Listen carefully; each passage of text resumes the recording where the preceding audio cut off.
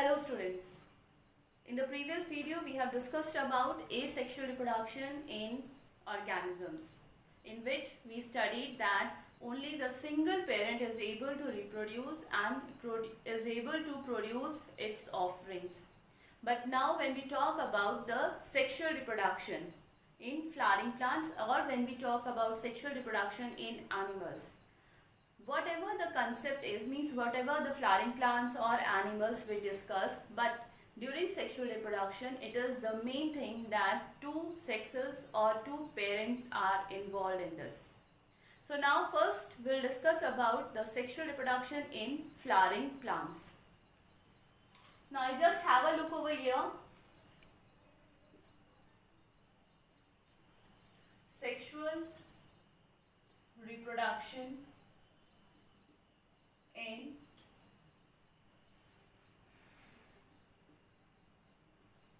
flowering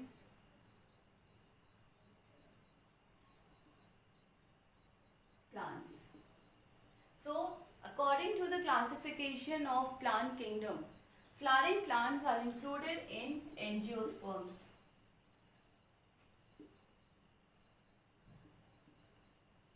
It is the highest division, and in angiosperms the plants are flowering. That means the flower is there, ovary is there, male and female gametes are there, fertilization occurs and results in the formation of a zygote. Okay, so here we say, if we discuss about the flowering plants, then the reproductive organs we know that it is present in flower.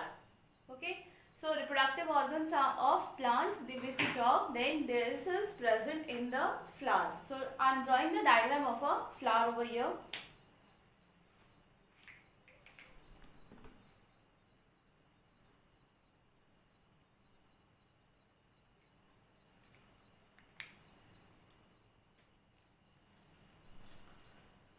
You can see the diagram of a flower over here. So this flower is produced on angiosperms, because angiosperms are the flowering plants. And in angiosperms, we say that flower is a modified shoot. That means the shoot develop into the flower when during reproduction. So look at the diagram of a flower. I have labeled everything over here. In the flower, you can see that this is the pedicel or stalk. This is the portion which is attaching flower with the stem. So it acts as a connecting link of the flower with the stem.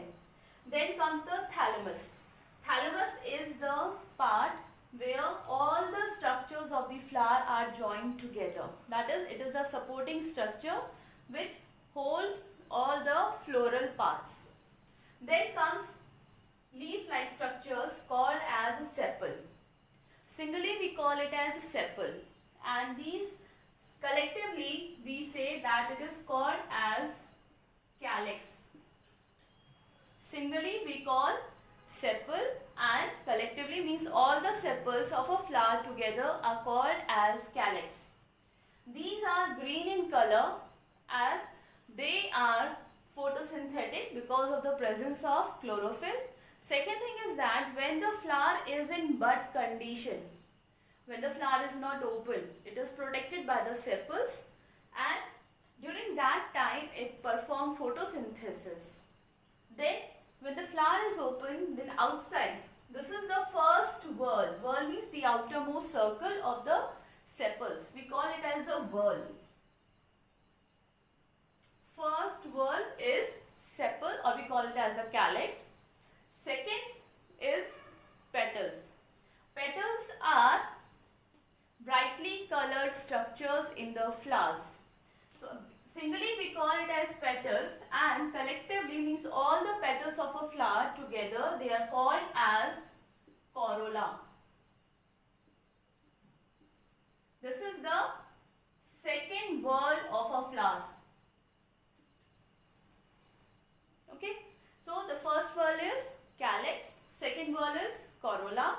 Sepals are green in color, perform photosynthesis, protect the flower during bud condition. Second whorl is petals. Petals are brightly colored. They are meant for attraction of insects which facilitate pollination. Then after that there comes the third whorl, which is called as the stamen. Stamen is called as the third whorl.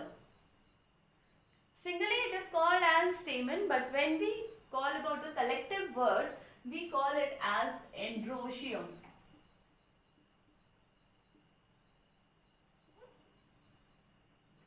It is called as androecium, and each stamen has two parts. The upper cap-like structure, this one, is called as anther, and a long thread-like structure called as filament. The role of anther is that anther bears pollen grains. Anther bear pollen grains which contain the male gamete. Pollen grains contain the male gamete. And the role of filament is that it provides height to the anther so that pollination can be done easily. So, third whorl is of stamen. Singly it is called as stamen. Collectively it is called as androecium. Stamen consists of two parts, anthers and filament. Anther contain pollen grains which is present at the top apex part. Filament is a thread-like structure which provides support as well as provide height to the anther so that pollination can be done easily. Then we come to the fourth whorl of the flower. This is the fourth whorl of a flower, which is called as carpel or pistil. It is the female reproductive part, as the stamen is the male reproductive part. In the same way, we have the carpel or pistil, and this is said to be as the female reproductive part. So, carpel consists of three regions. The topmost portion is called as the stigma, middle tubular structure called as style, and at the basal swollen structure is called as ovary. So the three parts of carpel are stigma, style, ovary, and ovary contain ovule, which is a female, which contain female gamete. So here we have discussed about the structure of a flower. Once again, just have a look. Pedicel or stalk, then thalamus where all the whorls are connected. First whorl of a flower is sepal. Sepal is green in color, meant for protection as well as for photosynthesis, protection of the bud and photosynthesis. Singly sepal, collectively called as calyx. It is the first whorl of a flower. Second whorl of flower is made up of petals. We call it as corolla. It is brightly colored, meant for attracting insects for pollination. Third whorl is of stamen. Stamen consists of anther and filament. Anther contain pollen grains. Pollen grains contain male gamete. Filament are meant for providing height to the anthers. Then fourth whorl consists of the female reproductive part of the flower, which is called as carpel or pistil. It consists of three regions: stigma, style and ovary. This is the upper part, stigma, tubular structure, style, and the basal swollen part is called as the ovary. Ovary bears ovule, that is the female gamete. Now, in this flower, pedicel, thalamus, sepal and petal. These are the accessory parts. These are the accessory parts of a flower. Whereas stamen and carpel, these are the necessary parts of the flower because they are the male and female reproductive parts of the flower. And for sexual reproduction, male and female reproductive organs are essentially required. That's why we say they are the essential part of the flower. Now we discuss about the pollination. Now see here are the pollen grains. Pollen grains are formed on the anther. Okay. So these pollen grains, they transfer from anther to the stigma. Anther to the stigma of carpel.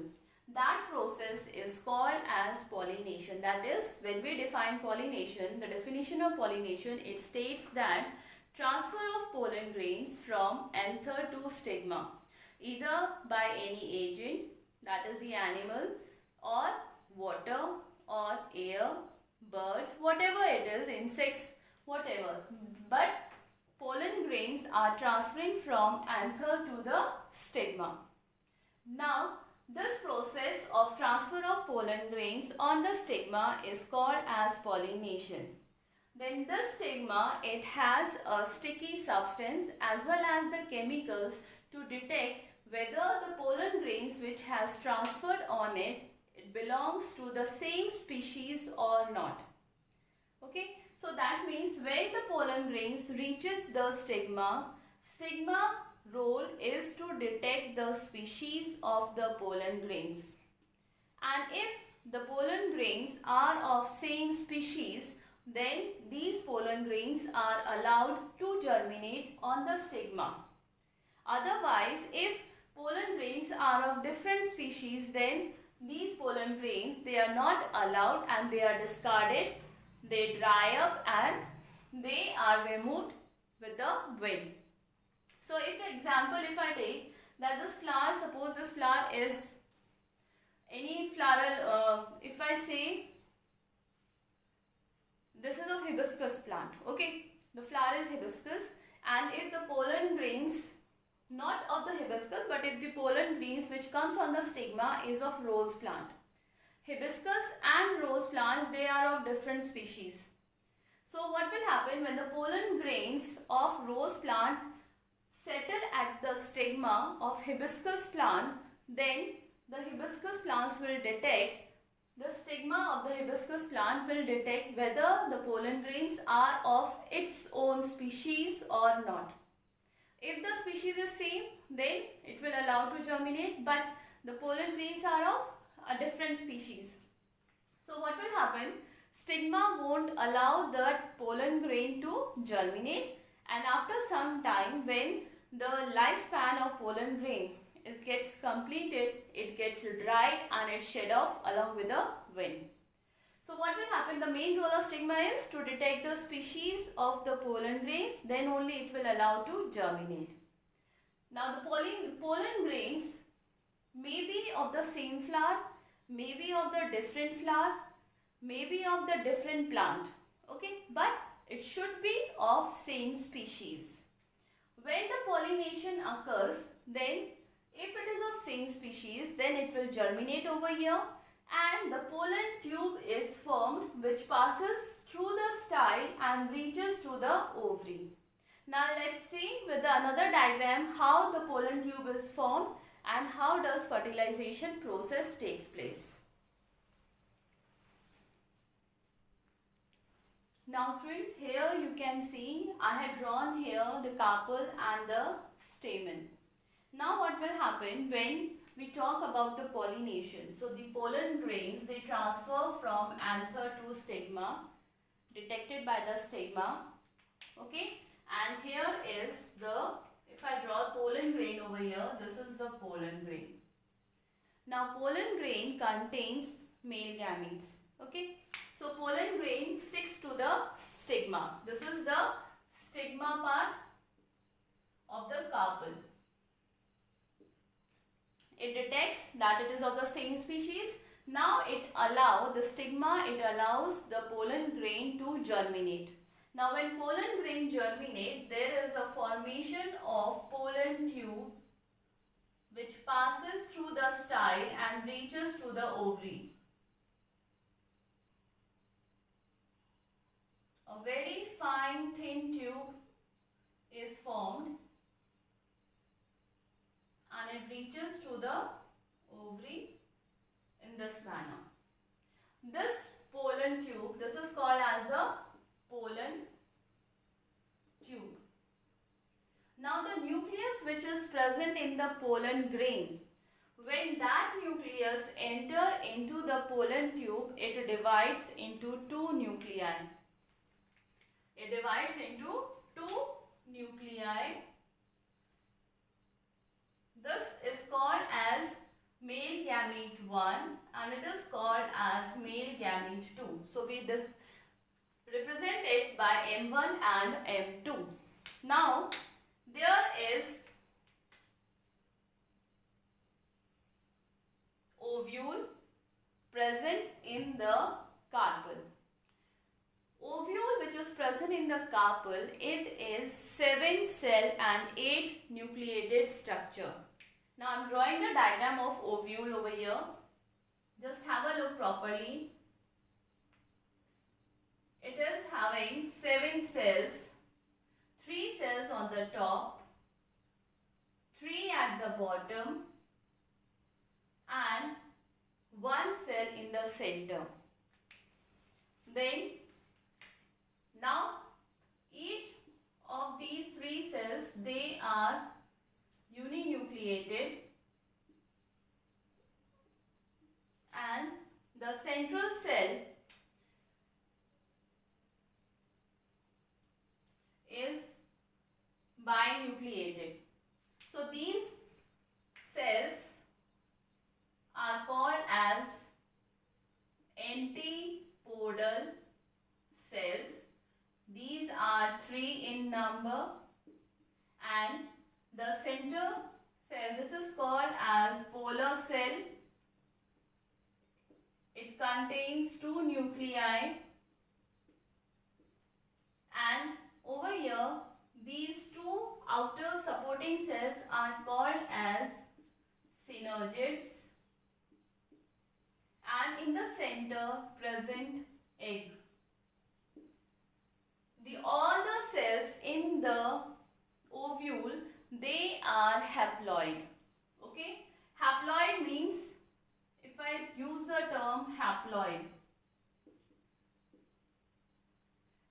okay, haploid means what? First of all, let me explain what is haploid and what is diploid. So here we come under 2 terms. One is diploid and one is haploid.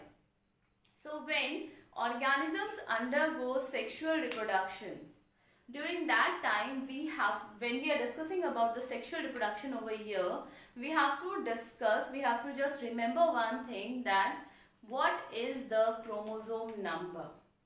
Okay, so when we talk about sexually reproducing organisms, the one thing is to remember is that all the sexually reproducing organisms, they have chromosomes in pairs.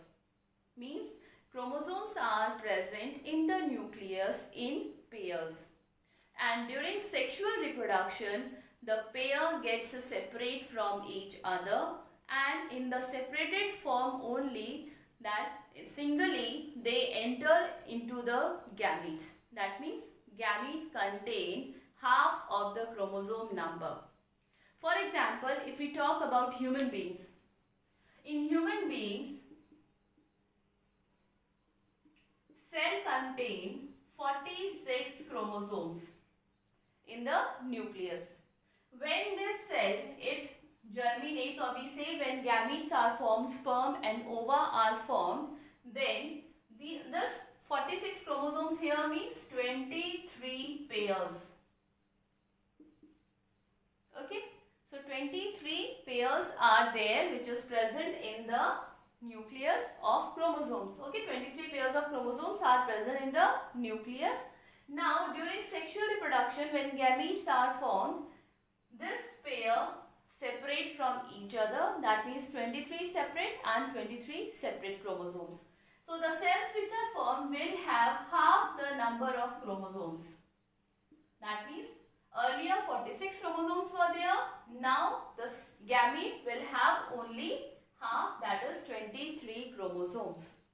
So this duplicate number of chromosome is called as diploid, and half number of chromosome is called as haploid. So what we say that when gametes are formed, gametes contain half the number of chromosomes, of the parent cell, and the parent cell has double the number of chromosomes of gametes. When the chromosome number is double, then we call it as diploid. When chromosome number is half, we call it as haploid. I hope this point is clear to you. Now see what will happen. This is the diagram of ovule. Now during the ovule formation, there are 7 cells. 3, 3, 6 plus 1, 7. And each cell has haploid chromosomes. That means X, X, X. This is also X. This is the egg. This is synergids. Okay. So, but in this state, when we talk about the polar cell, we can't call it as diploid. We are not saying it as diploid because the two nuclei are separate from each other. They are not fused. Okay. So now this ovule is there present in the ovary.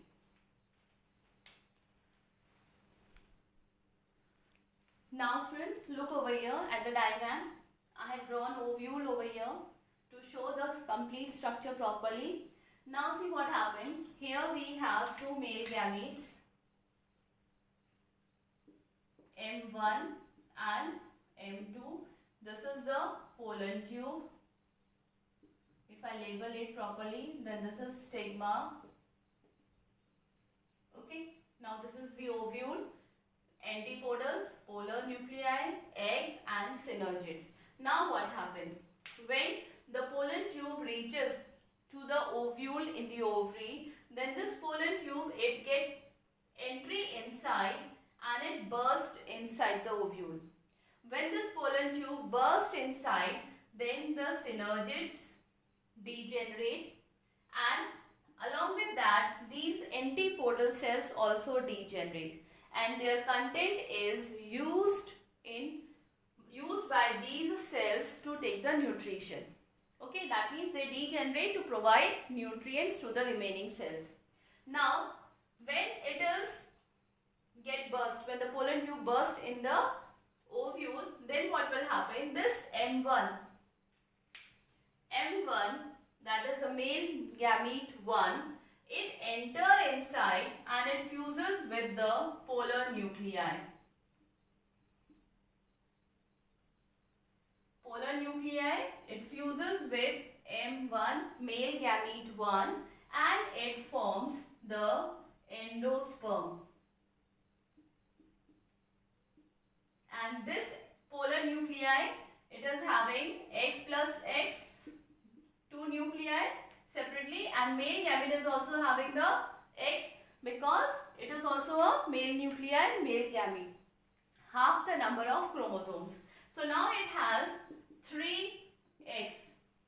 So endosperm is 3X, that means a cell which contains 3 nuclei. So it is triple nucleated, or we call it as multinucleated. Okay. This endosperm role is to provide nourishment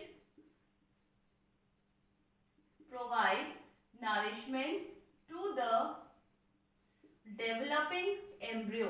Means the embryo which develop